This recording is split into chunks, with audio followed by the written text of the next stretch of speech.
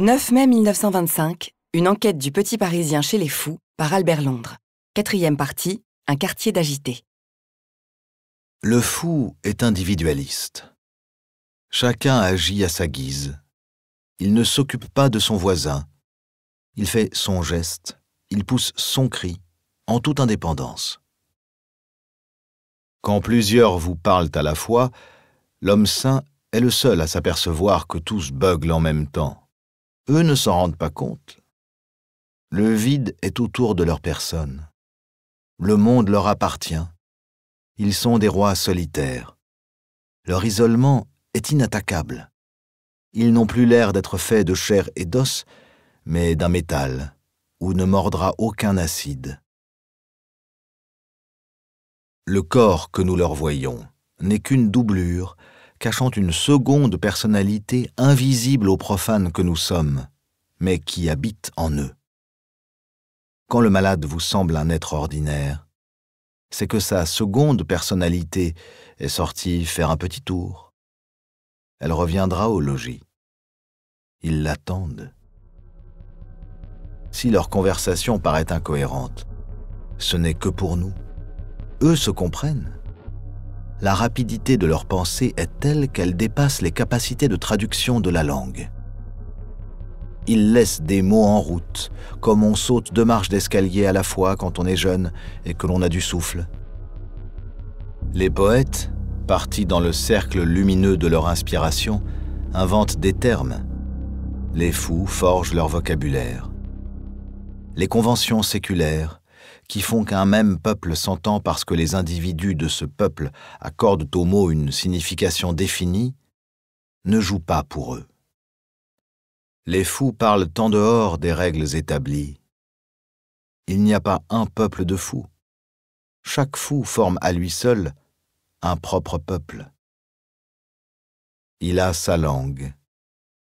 Ainsi, quand ce jeune homme, qu'un veston de bonne coupe pince à la taille, vient à vous du fond d'un quartier d'asile et vous envoie « Au petit matin, les chapeaux hauts de forme sont venus me travailler, tout devint soviet, Yokohama, mais j'ai escamoté grand-père, fils et petit-fils des Blair. » Il ne faut pas conclure que cet homme ne sait pas ce qu'il dit. Vous allez trouver le médecin, vous lui soumettez la phrase. « C'est très clair, fait-il. » Au petit matin, les chapeaux hauts de forme sont venus me travailler. Traduisez, à mon réveil, les aides du bourreau sont venus me prendre. Tout devint soviet. Soviet, drapeau rouge, donc tout devint rouge. Yokohama, Yokohama, formidable tremblement de terre, donc tout devint rouge et catastrophique. Mais j'ai escamoté père, fils et petit-fils des Blair.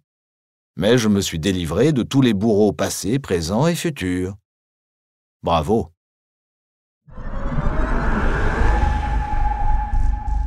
Cette fois, j'étais dans l'Ouest.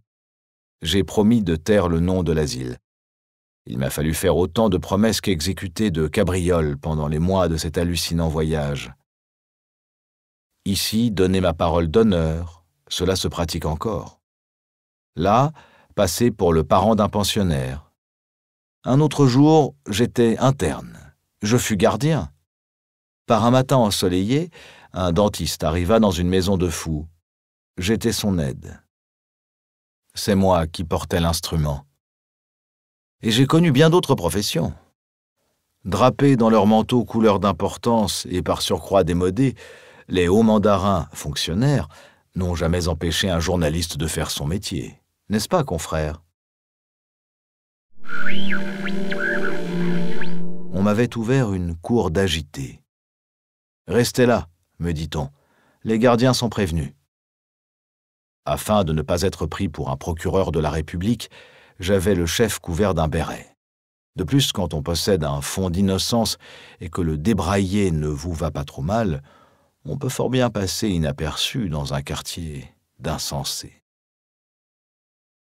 Les fous n'ont pas d'uniforme. Cela ajoute à la tragique mascarade. En voici 2 tout nus, ils adorent être nus. Entre ces 2, un gentleman coiffé d'un melon se promène.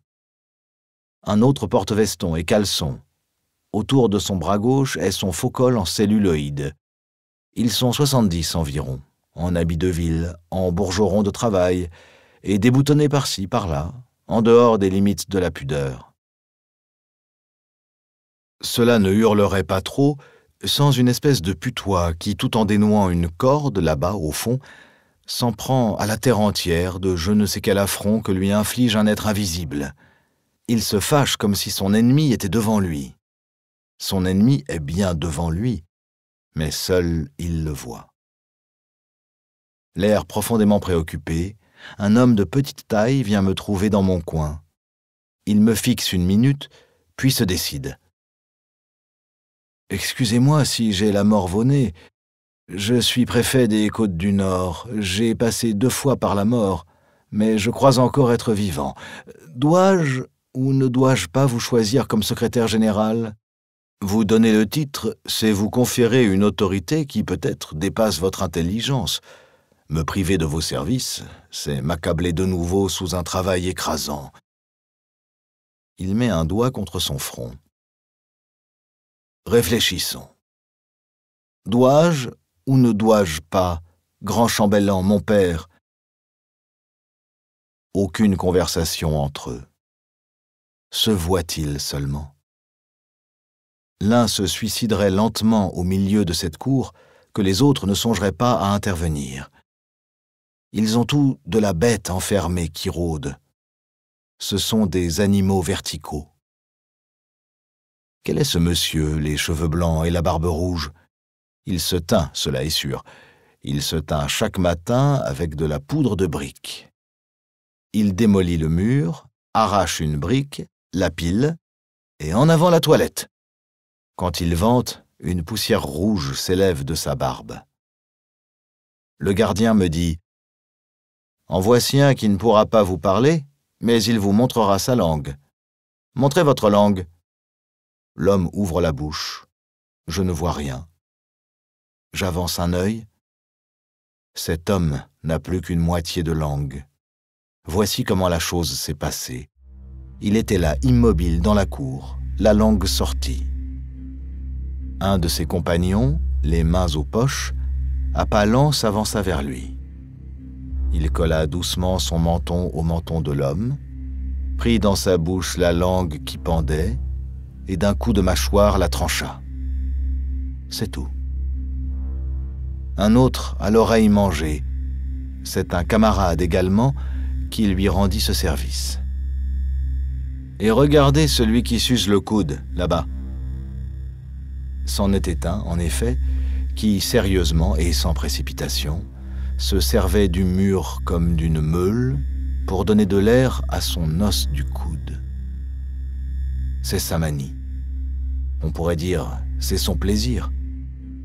La peau de son coude était passablement entamée. On lui remettra la camisole. Les fous résistent à la douleur de façon surhumaine. Ils avalent des cuillères comme nous autres un cachet.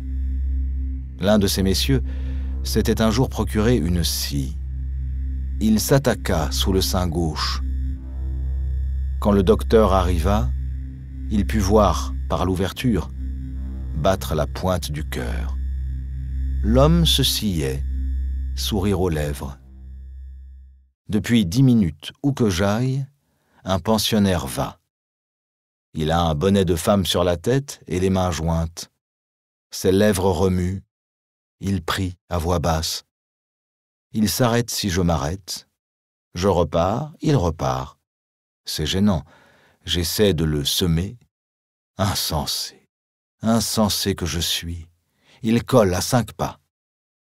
« Faites votre prière contre le mur, » lui dis-je. « C'est plus commode. » Il n'a pas compris. C'est un Polonais. Il tombe à genoux devant moi. La prière s'accélère sur ses lèvres.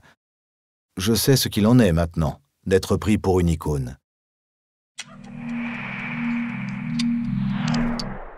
Ce n'est pas pour l'harmonie que cela verse dans la cour que l'on a donné un sifflet à ce grand monsieur. C'est qu'il est chef de gare. Il n'était qu'employé au chemin de fer, mais depuis qu'il a quitté visiblement notre triste vallée, il est chef de gare. Il fait partir des trains que nous ne voyons pas. « Attention, attention !» crie-t-il en me faisant signe de ne pas traverser la voie. Je m'écarte. Il siffle. Maintenant, je puis aller. Le train est passé. Sauf au putois du fond qui crie de plus belle, et cette fois contre ma personne, il semble que je devienne sympathique à la foule. J'attire les confidences. Figurez-vous ce que c'est, l'homme est un paysan. Je travaillais dans un champ quand soudain mon intelligence, mon caractère, flan, tout s'éleva. Je suis rentré à ma ferme et je compris ce qui m'arrivait. Je n'avais plus que 8 ans. Alors naturellement, je n'ai plus reconnu ni ma femme ni mes enfants et je suis premier consul. Aujourd'hui, quel âge avez-vous ? 8 ans et 3 mois. Vous êtes grand pourtant. Oui, je suis premier consul. Il me quitte. Un autre le remplace. Je suis le marin. J'arrive avec mes 26 000 tonnes et je force les Dardanelles et le Bosphore, bien entendu. J'entre donc dans la boutique et j'achète le harem. Je balance tout ce qui n'est pas blonde. Je ne leur fais pas de mal, je les libère. Les blondes, je les embarque et je vais fonder ma dynastie dans l'île de Milo. Je deviens roi de 1000 eaux. 1000 eaux. Vous avez compris ? Quant à ma sœur, je la pends par sa chevelure, la tête en bas. Excusez si j'ai la morve au nez, c'était le préfet des Côtes du Nord qui revenait. Je détalais. « Et vous, comment allez-vous ce matin ?» dis-je à un autre qui se promenait au milieu de cette foire et ne déparait pas la masse. L'homme me regarda avec un sourire. « Monsieur, » répondit-il, « vous vous trompez. Moi, je suis gardien. » À suivre. Albert Londres. Rétro News, le site de presse de la BNF.